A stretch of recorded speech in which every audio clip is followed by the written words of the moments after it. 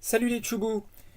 Pour vous remercier d'avoir été aussi nombreux et aussi enthousiastes pour le démarrage de ma page sur Tipeee, j'ai décidé de vous offrir une petite vidéo avec un time-lapse, c'est-à-dire que j'ai enregistré ce qui se passait à l'écran en accéléré pour voilà, vous montrer un petit dessin que j'ai fait exprès pour vous. C'est une petite belle aminette pour vous remercier donc et pour vous montrer un petit peu le processus de création de ce genre de dessin. En l'occurrence, c'est fait en numérique évidemment, parce que ce que vous voyez c'est ce qui se passe à l'écran. C'est fait avec une tablette graphique, en l'occurrence j'utilise une tablette Wacom, il y a plein de tablettes sur le marché, on ne va pas faire de la pub pour une marque en particulier.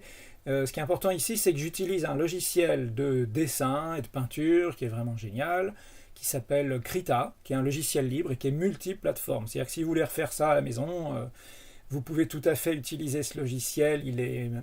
Il marche sur Mac, sous Windows, sous Linux, etc. Là, en ce moment, ce que vous voyez là, c'est sous Linux. Et voilà, c'est vraiment un logiciel formidable. Je rentrerai dans le détail dans d'autres vidéos pour vous expliquer un petit peu les différents outils. Je ne vais pas trop rentrer dans des explications là, mais voilà, c'est un très très bon logiciel. Et je remercie notamment David Revoy qui utilise aussi ce logiciel depuis très longtemps et qui m'en a vanté les mérites. Et il a très très bien fait. Ce que vous voyez là, donc, c'est le processus de réalisation du crayonnet d'une belle aminette.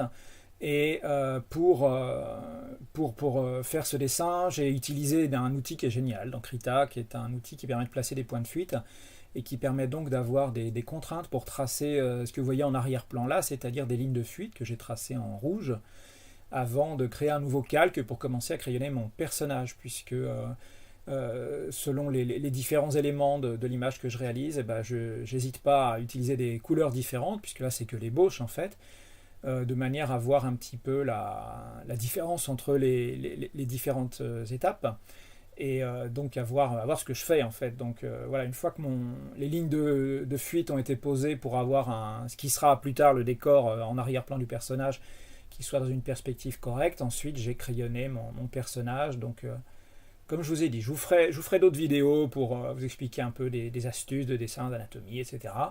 Là, simplement, ça va trop vite pour que je vous détaille tout le bazar, mais oui, donc ça va vite, c'est-à-dire que là, en fait, c'est un time-lapse, c'est accéléré 6 fois, c'est-à-dire que le processus en entier prend presque 3 quarts d'heure, 50 minutes, alors que là, ça fait 8 minutes et des poussières, parce que je ne veux pas vous prendre toute votre journée juste pour ce petit dessin qui était là simplement pour vous remercier.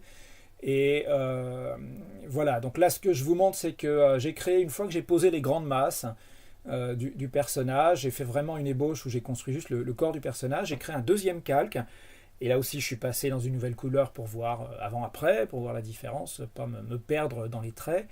Et là je commence à préciser les détails, c'est-à-dire que je fais un trait un peu plus détaillé, je commence à rajouter les petits détails et notamment comment dire, tous les détails du visage du personnage, à dessiner les éléments du vêtement, à faire tous les plis, etc. Et à commencer à compléter mon dessin. C'est-à-dire que c'est presque le trait final, sauf que j'y vais franchement, je dépasse, etc. Parce que l'important c'est que les proportions soient justes. Et que mon personnage tienne la route et qu'il ait la pêche.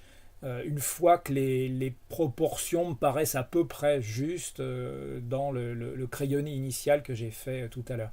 Là, par exemple, je vous montre l'intérêt de travailler en numérique, c'est que je me rends compte que la main elle est un peu trop grande, donc je fais une sélection, je fais une petite déformation, je déplace les morceaux que j'ai modifiés, et ça me permet de rectifier des choses beaucoup plus facilement que je l'aurais fait sur papier s'il avait fallu gommer, recommencer, etc. Et donc là, pareil, repositionner des éléments, les déformer, les agrandir, etc., c'est quand même autrement plus pratique que de bosser juste avec un crayon et une gomme sur papier, tout en ayant en fait la même spontanéité. Voilà, maintenant que je suis content du crayonnet de mon personnage, qui est quand même un petit peu l'élément central de l'image, je m'attaque au restant, c'est-à-dire les éléments du décor. Je m'appuie toujours sur mes lignes de perspective.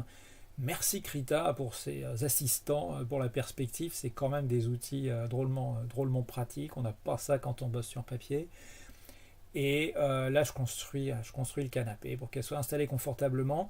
Et je vais rajouter d'autres éléments. Là, en l'occurrence, c'est la fenêtre, parce que j'ai envie qu'on voit l'extérieur, parce que l'extérieur, en fait, ça sera un petit aperçu de la planète Mars, puisque oui, c'est un clin d'œil, c'est à Romance de Mars, la BD dont vous allez voir les pages très bientôt sur ma page Tipeee en avant-première.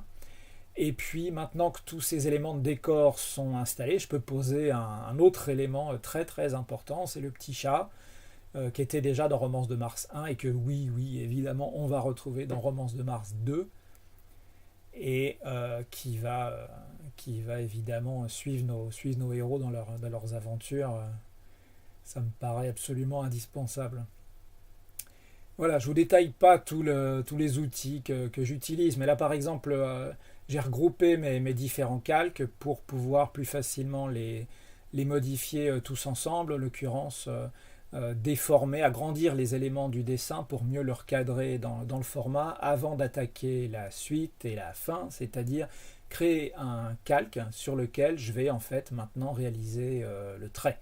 Donc pour ça j'utilise une brosse qui a un aspect assez sympa, elle donne un rendu un petit peu comme avec une mine de baie, un crayon noir, et ça coûtait un petit peu charbonneux, c'est assez sympa. Et du coup là voilà, vous pouvez voir que je vous raconterai aussi, je vous expliquerai pourquoi c'est intéressant d'utiliser des outils qui ressemblent aux vrais outils. C'est pas juste pour que ça fasse vrai, c'est aussi qu'il y a des raisons à ça. Là vous voyez, de temps en temps je pivote mon image. Je vous expliquerai aussi en détail l'intérêt de ce genre de fonction, parce qu'en fait ce qui se passe c'est que quand on travaille sur une tablette graphique, c'est pas comme quand on travaille sur une feuille. Et souvent on peut tourner la feuille pour faire des courbes, etc. Et la tablette graphique, elle, s'il faut la tourner, c'est quand même pas simple, c'est quand même un objet un petit peu gros, il y a des fils et tout. Et donc là, il y a heureusement dans des logiciels comme Krita, des fonctions qui permettent de faire pivoter la surface de travail de manière à pouvoir placer la main comme il faut quand on veut tracer des courbes.